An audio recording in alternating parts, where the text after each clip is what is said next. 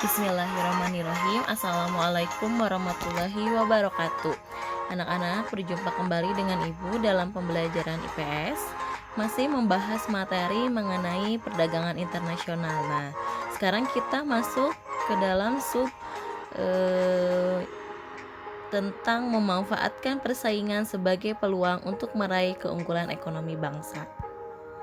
Nah, faktor yang mempengaruhi terjadinya perdagangan internasional antara lain keunggulan komparatif dan keunggulan mutlak dari masing-masing negara.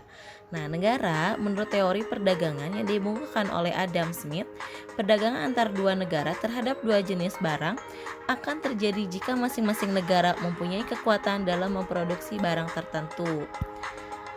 Keuntungan yang diperoleh dua negara tersebut akan mengimpor barang dengan harga murah daripada memproduksi sendiri.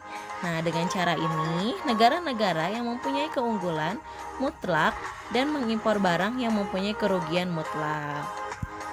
Nah, di sini juga negara yang melakukan spesialisasi dalam menghasilkan barang yang efisien dibandingkan dengan negara lain dan melakukan perdagangan internasional dengan negara lain yang mempunyai kemampuan spesialisasi pada produk yang tidak dapat dihasilkan oleh negara lain secara efisien.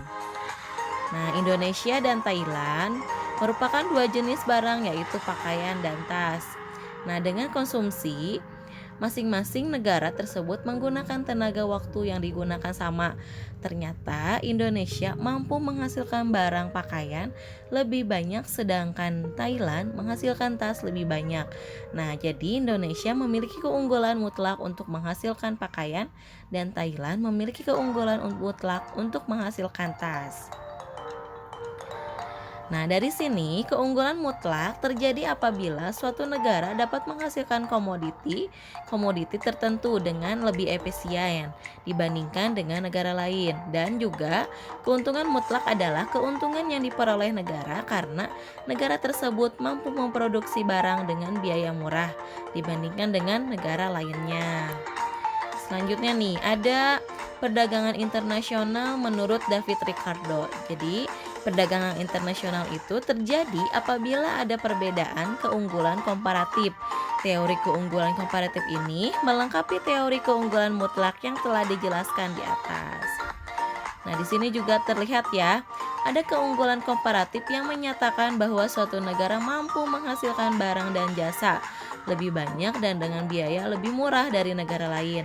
Contohnya, Indonesia mampu memproduksi kopi atau sawit secara murah, tetapi tidak mampu memproduksi timah seperti halnya Malaysia.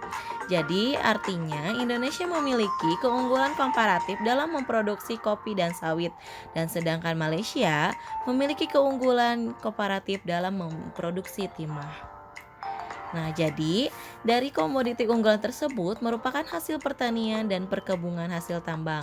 Nah, bisa kita lihat ya pada gambar di bawah ini. Nah, selain komoditi, keunggulan memasok pasaran dunia, komoditas tersebut juga merupakan produksi unggulan untuk ekspor di wilayah ASEAN. Kita lihat ya hasilnya, ada kakao, terus batu bara, ada bahan-bahan tekstil. Nah, selanjutnya itu.